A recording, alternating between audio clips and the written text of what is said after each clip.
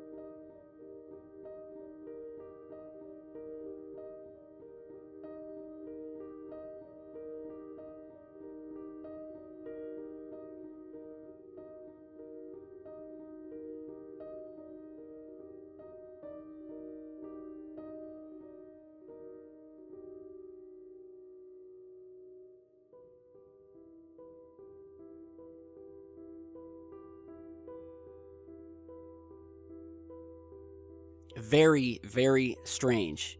And again, I will post the link to the Facebook page with this video down in the video description, and you can go watch the entire thing. It's like a 5-minute video. And by the way, a spokesperson for the nearby Scott Air Force Base and Federal Aviation Administration said that they know nothing about the source of the light either. Then again, if they did know about it, it's not like, they would say the exact same thing. We know nothing about it. So very, very strange. Anybody else see this object or have any info on it, let me know. And now I have a new moon image here to share with you guys. Someone emailed me an image taken through NASA's Ranger 7 mission. Now, NASA's Ranger 7 was designed to achieve lunar impact trajectory as well as to transmit high-resolution photographs of the lunar surface during the final minutes of flight up to impact. And this image here, which I will put the link to down in the video description, was sent to me by a viewer who said that if you look at the top of the image, there is a definite cylinder-shaped object sitting on the moon. And sure enough, he was right. So I will go ahead and zoom in here, and here is a close-up image of the object. And look at that. It's sitting on the moon plain as day. Does not blend in with the surroundings at all. We have the moon surface here, we have the usual cratering, and then we have this large white object. You can see the sunlight reflecting off of it, sitting on the moon, and this thing would have to be big. Very big. So could this be an installation of some sort? Another one of these buildings? We've seen these cylinders everywhere. We've seen some strange pipeline-type objects on the moon as well. And I wish we had an even higher resolution of this. But again, I will send you to the link. It's down in the video description. You can download it, mess with it, see if you can get a better view. But again, amazing find from the Ranger 7 NASA mission, and we are definitely going to be looking at some other images from these missions.